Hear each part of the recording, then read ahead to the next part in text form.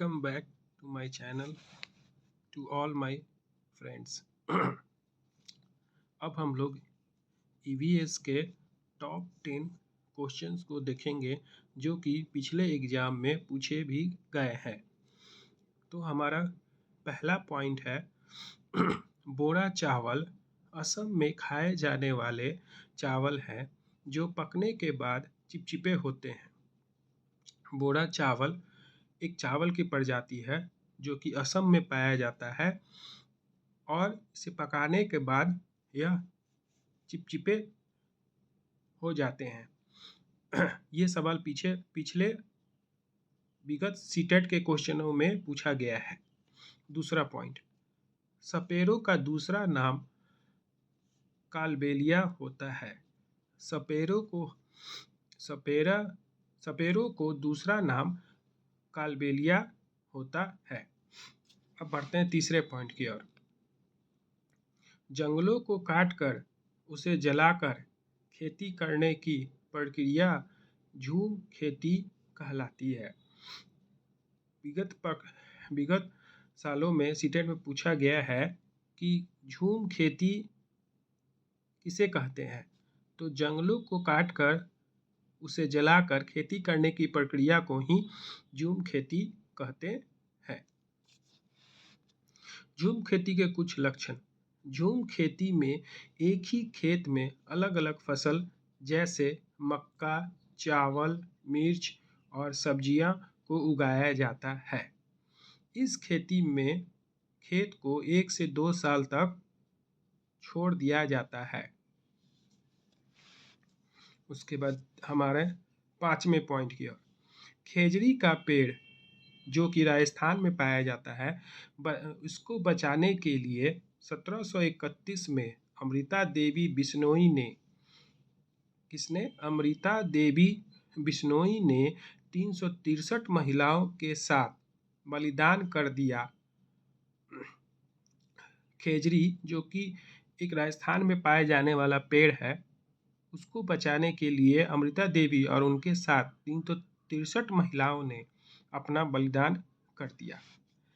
यह पेड़ राजस्थान में पाया जाता है। अब बढ़ते हैं छठे पॉइंट की ओर। रेड डाटा बुक में जितने भी विलुप्त हो गए या जो कि विलुप्त के करीब हैं वैसे जीवों के आंकड़े दर्ज किए जाते हैं। रेड डाटा बुक में वैसे जीवों के आंकड़े दर्ज किए जाते हैं जो या तो विलुप्त हो गए हैं या विलुप्त होने के करीब है।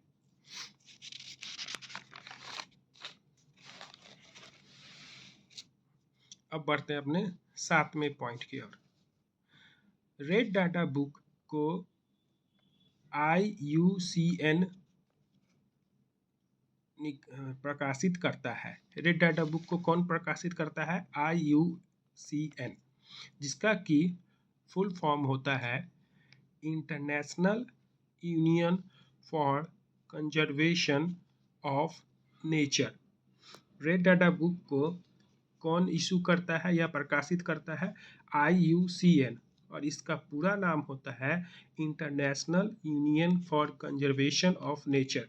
विगत सालों में सीटेट ने सीधा IUCN के फुल फॉर्म को ही पूछा है, जिसमें कंजर्वेशन की जगह कुछ दूसरे चीज़ को रखकर और इसी तरह 4 ऑप्शन और उसमें से सही ऑप्शन का चुनाव करने को कहा है। तो IUCN का जो फुल फॉर्म है वो हमारे लिए अति महत्वपूर्ण है और इसका जो फुल फॉर्म होता है वो है international union for conservation of nature. मतलब एक वैसी अंतर्राष्ट्रीय संस्था जो कि हमारे प्रकृति को बचाने का काम करती है।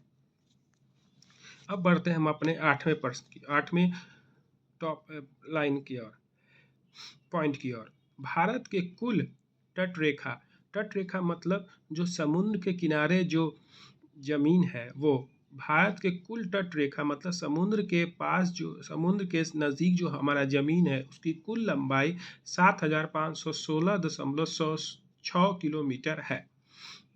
भारत के कुल तट रेखा की लंबाई 7,516.6 किलोमीटर है। मतलब समुद्र के पास जो हमारी ज़मीन है उसकी कुल लंबाई है 7,516.6 किलोमीटर। समुद्र के किनारे हम भारत के 9 राज्य और 4 यूटी मतलब यूनियन टेरिटरी समुद्र तट से लगे हैं।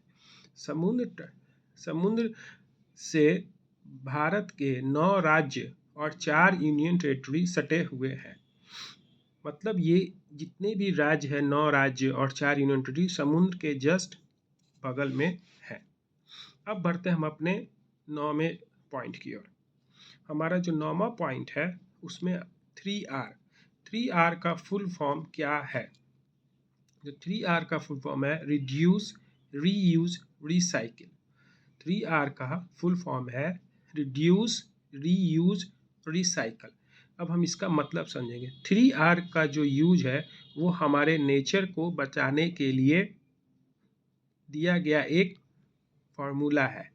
यह 3R का जो फार्मूला है उसमें सबसे पहले आज जो आता है वो है रिड्यूस, मतलब कम करना। यानी किसी चीज़, जो भी चीज़ हमारे पर्यावरण के लिए हानिकारक है उसका उपयोग कम करना।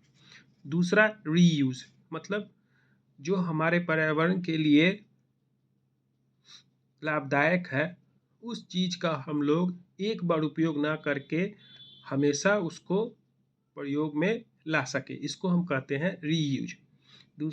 तीसरा है रिसाइकल, मतलब जैसे हमारे पर्यावरण में बहुत सारा कचरा फैल जाता है, पेपर का, प्लास्टिक का, ये सब का। अगर हम इन सबों को रिसाइकल कर सके, मतलब दोबारा बना सके यूज करने लायक, तो इससे क्या होगा, हमारे वातावरण में जो है पॉल्यूशन कम होगा और हमारा पर्यावरण स्वच्छ बनेगा।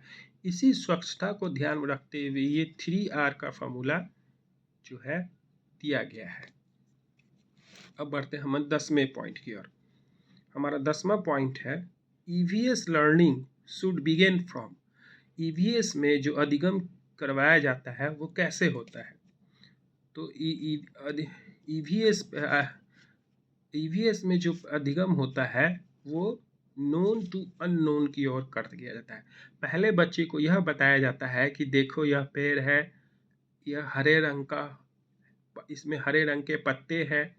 फिर बच्चों से पूछा जाता है कि यह हरे रंग का पत्ता ही क्यों है। तो पहले तो बच्चे को नोन चीज़ बताया गया जो वो जानते हैं, और जो दिखता है वो उस चीज़ को नोन चीज़ कहते हैं। और उसके बाद उसमें जो अननोन तथ्य छिपे हैं उनके बारे में बच्चों को हम बताते हैं।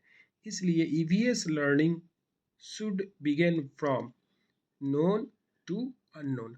धन्यवाद। अगर हमारा यह 10 पॉइंट अच्छा लगा हो तो कृपया लाइक करें।